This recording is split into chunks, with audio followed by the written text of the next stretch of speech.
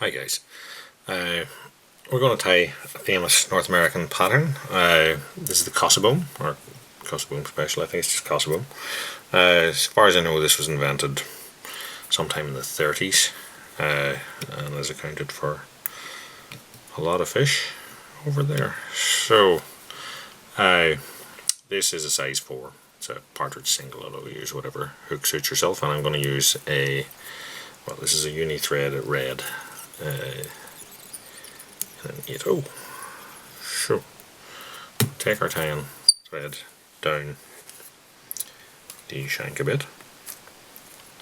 We're going to use an oval silver tinsel for the tag. I'll start that in here on my side, roughly level with the point of the hook, and take it down round the bent little. As you can see there, the thread will hang level with the barb, and then I'll just come forward again, trying to make a smooth base for that to lie on. So this would be a sort of a small to medium tinsel. I'm going to take about 5 wraps or so of that, and then I'm going to take these wraps of thread back off, because just because you put a wrap on doesn't mean you have to leave it on, and that can help to reduce bulk. So I'm then going to wrap this tinsel up along the shank to the point of the return eye and cut it off there, and this will just help to even out this step that you get at this point. Take that out. Now for the rib of the fly, I'm going to use another silver oval, but slightly thicker, and what I'm going to do is I'm going to push it up until it's level with that return eye on the side, and then I'm going to wrap it in until we get down to the back, and what I'm doing is I'm then pulling it underneath the shank and across to the far side, which is your side as you're looking at it from here. So for the tail, we're going to use an olive rayon floss. So I'm going to take out a good length of that. I'm going to double it, and then double it again, and then double it again. So we're going to end up there with multiple strands, really 8 strands or so when you cut that. Cut the loops. We'll end up with a floss bunch. So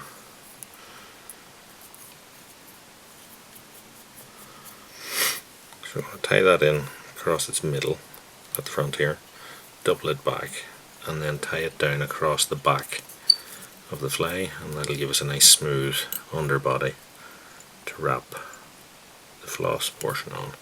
So when I get this to the back, as you can see, we now have a bunch. I'm going to cut that off to create our tail. Length is up to yourself.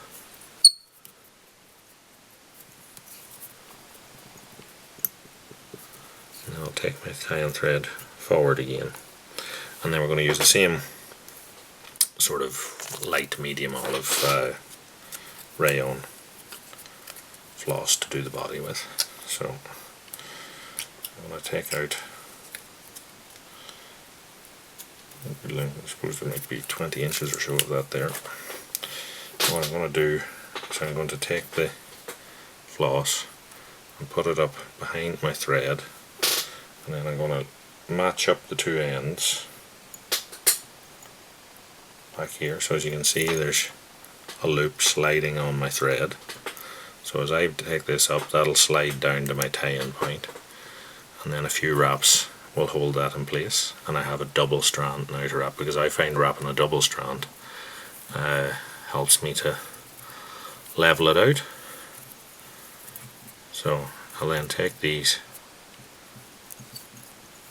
two strands backwards. So this is essentially the underbody we're creating with these two.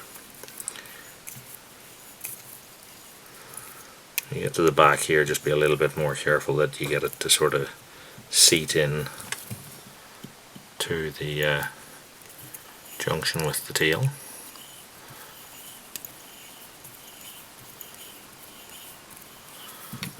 Wrap forward.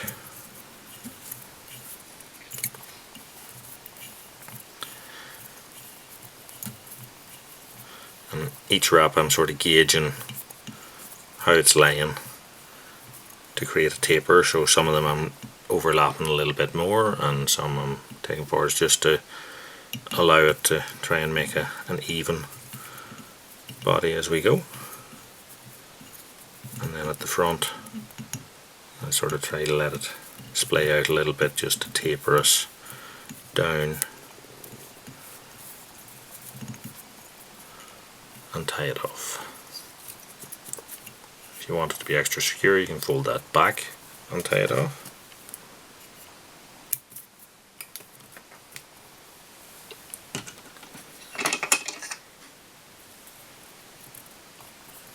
And if you want it to be extra smooth, you can then take a agate burnisher and burnish the floss body. Take our silver tinsel and we're going to wrap that forward, hopefully in 5 equally spaced turns. Third turn should be crossing the centre of the body as you look at it from the perspective of yourself tying it. 4 turns, 5 turns, 6th turn is where you tie it off just as it comes across on the side of the body.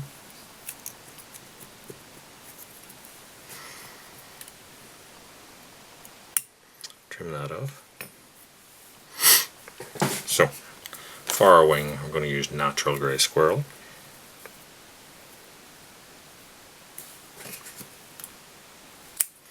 I'll cut a bunch of that and I'll pull out the under fur from it.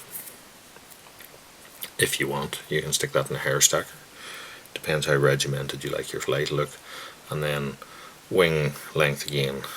Personally, I would like it to be the same length as that, but I've seen a lot of them tied shorter.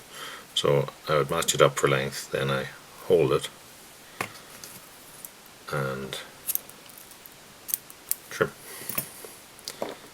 So that wing is now pre-cut to length. What I'm going to do is I'm going to take my clear varnish and just put a little blab of that into the cut end. You can do this with super glue as well, but it's a lot quicker the tie-in needs to be. So we'll then tie over that butt section and that will secure that in place.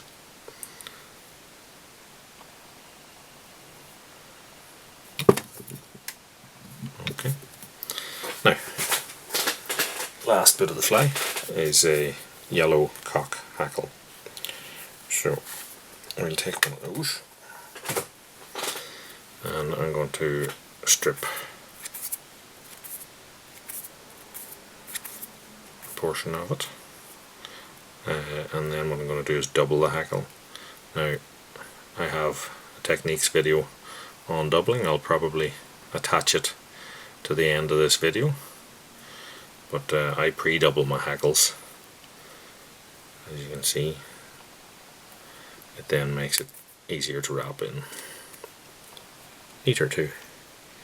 So I snip out the tip and tie in across the very last remnant of the stalk, and a couple of turns to hold that in place, and then I start to wrap. Now you can change the angle of your stalk, so you wrap straight like this, your hackle will stick straight out, but if you twist it and then just fold it down with the left hand as I'm tying, you'll get your hackle to lay in much neater and more controlled.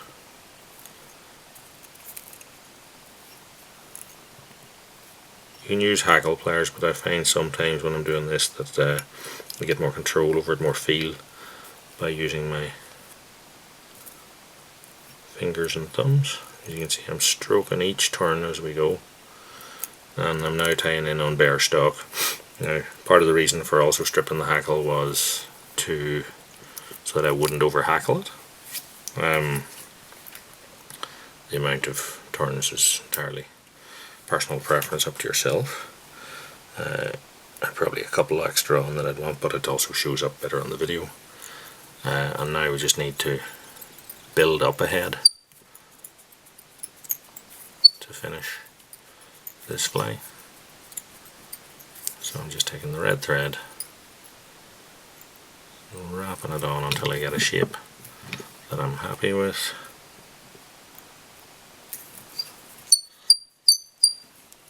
And then